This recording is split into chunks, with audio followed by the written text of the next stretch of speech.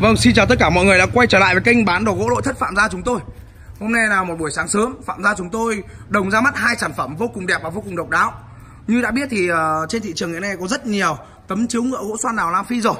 Nhưng hôm nay Phạm Gia chúng tôi vừa ra mắt một sản phẩm vô cùng độc quyền và sẽ là sự so sánh giữa hai sản phẩm chiếu ngựa gỗ xoan đào và chiếu ngựa gỗ hương xám Nam Phi, được chúng tôi làm ra bán với giá tận gốc và là hàng độc quyền của xưởng, chưa cơ sở nào làm ra được.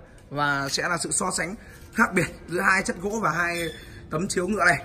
Thì tôi sẽ mở đầu thì tôi sẽ đi qua trước một tấm chiếu ngựa đầu tiên với chiều dài là 2m4, cũng như tấm chiếu ngựa gỗ xoan đào chúng tôi làm ra.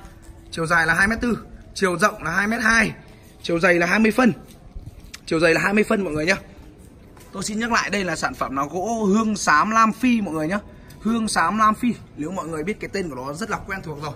Người miền Bắc và người miền Trung và người miền Nam rất ưa chuộng loại gỗ này, dòng gỗ này và loại gỗ này. Màu rất là sáng màu và màu kiểu xám rất là đẹp. Được chúng tôi bán với giá là 17 triệu đồng. Tôi xin nhắc lại là chúng tôi bán với giá là 17 triệu đồng và bảo hành 30 năm sản phẩm cho tất cả quý khách hàng nào khi mua. Vân rất là đẹp và rất là đều. Rất là đẹp và rất là đều. Vân 100% là vân gỗ tự nhiên, được chúng tôi làm ra và bán với giá tận gốc. Và bộ còn lại là chiếu ngựa gỗ xoan đào Nam Phi, được chúng tôi sơn BU màu cành rán, màu rất là nổi bật. Và sản phẩm này chiều dài là 2m4, chiều rộng là 2m2, chiều dày cũng là 20 và cũng là 4 chân tròn như sản phẩm còn lại bên cạnh. Chúng tôi bán với giá là 13 triệu đồng. 13 triệu đồng là mọi người mua được một sản phẩm như này rồi. Hai sản phẩm khác nhau, giá cả chênh nhau 4 triệu. Và chiếu ngựa xoan đào Nam Phi thì tôi bán với giá là 13 triệu đồng một bộ. Và tôi vận chuyển toàn quốc cho tất cả quý khách hàng nào khi đặt mua sản phẩm. Dù mọi người ở bất cứ nơi đâu, Bắc, Trung, Nam, chúng tôi đều có 3 cơ sở chính. Và mọi người có thể qua xem trực tiếp tại cơ sở hoặc có thể đặt hàng qua mạng. Và liên hệ ngay tới số điện thoại là 0965 360 502 để đặt mua. Ngoài ra, nếu quý khách hàng nào đặt mua hai sản phẩm này kèm theo là đăng ký kênh ủng hộ xưởng thì mọi người sẽ được tặng ngay một bàn ăn kiểu Nhật trị giá 500.000. Trị giá 500.000 một bàn ăn kiểu Nhật, hoặc một chiếc khay trà trị giá 500.000 để uống nước chè. Mọi người thích uống nước chè thì mọi người bỏ khay, mọi người thích ăn cơm thì mọi người bỏ bàn, rất là tiện.